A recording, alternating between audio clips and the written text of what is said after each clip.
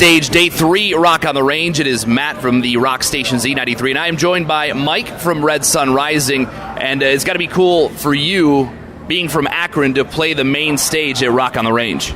It is, considering like the first time we did the Jaeger stage, then they moved us to the side stage, and now we're on the main stage, so like it's really cool to just feel the progression.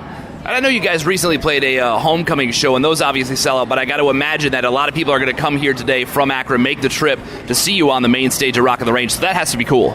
Yeah, definitely. And the hometown show we did, we made sure it was like a really small club, so it was more intimate, and we weren't dipping into the pot of the Rock on the Range crowd at all. So there's a lot of people already hitting us up, like coming from the hometown, which is cool. Now, are they hitting you up that they're coming to see the show? Or they're hitting you up for like hotel rooms and backstage passes? And I imagine when you play a show where Tool is headlining, you got a lot of friends coming out of the woodwork. Oh, absolutely. Cousins that I never knew I had. And right. So, yeah, it's all good. You just kind of, show up, man. It's cool. Yeah, right. We'll see if we can make it work. You guys spent a lot of the last few years on the road before recording the new album. How much did being on the road together for those 2-3 years strengthen your bond before you headed in the studio? Man, I think it was everything, because the Polyester Zeal record was basically just Ryan and I, and we put the band together afterwards, and we toured, so we really became a band on the road. But it wasn't really until that recording process together for Thread that like the band, I feel like, became a real band, and so we needed that. And you guys actually got together before you went to the studio. You had a bunch of ideas, but you guys got together, you rented a cabin for a couple of weeks, and you just kind of worked everything out. Did that make it easier once it came time to go and record the album? Absolutely. We stayed in that cabin for 2 weeks, and it took the better part of those 2 weeks to kind of figure out what everybody's role was. Because when you got 5 guys in a room just shouting out ideas, it's kind of counterintuitive to being creative. But once everyone figured out like what their strengths were, by the time we got to the studio, it just flowed. The album is titled Thread, and you guys use the hashtag #WeAreThread on social media quite a bit. Explain to me what Thread means to you. It started as kind of an anti-genre. When we first started the band, people were like, describe your sound, and which I think is kind of a dumb question, because sound is subjective. So we didn't want to be labeled as a rock band or alternative band or a metal band. We just wanted to be a band, and that was our way of saying like, this is what we sound like. Go listen to it.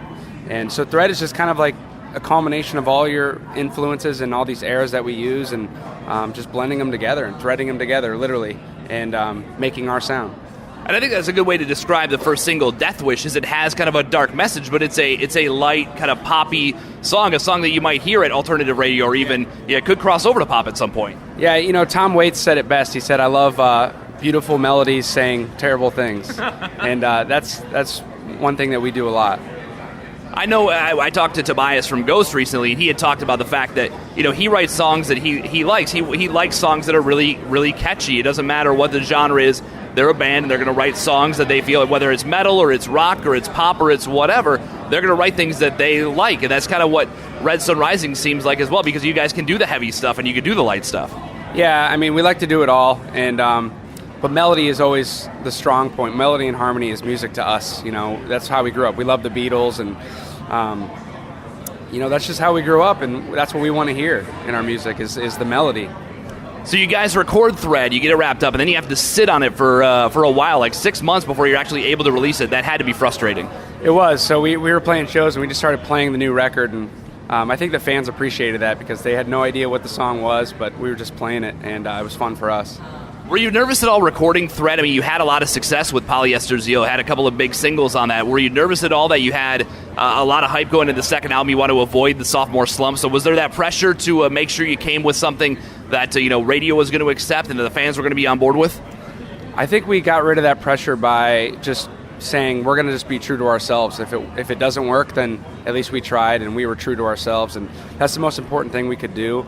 And I'm glad we did it, and we took some risks on this record, and they're paying off. So we did feel that a little bit, but like I said, I think we got rid of it by just saying we're just going to do what we want. Thread is available now, obviously, with the new album out. You guys have got a tour, you're doing shows, you're playing the main stage at Rock on the Range. After Rock on the Range, what's the plan moving forward? This fall, we're going out with Godsmack and Shinedown, which is going to be a huge tour for us. We're excited about that. That's going to be fun, and just keep touring. We'll probably get back over to Europe and hopefully be back in the studio early, maybe 2019. I don't know. I'd like to be back in sooner than later. And maybe not wait like 6 months to release it once it's recorded. Yeah, exactly. Mike from Sun Rising, I know you got a bunch of these to do and you got to get ready for the main stage, so thank you for taking some time. Yeah, thank you, man. Thanks for having me.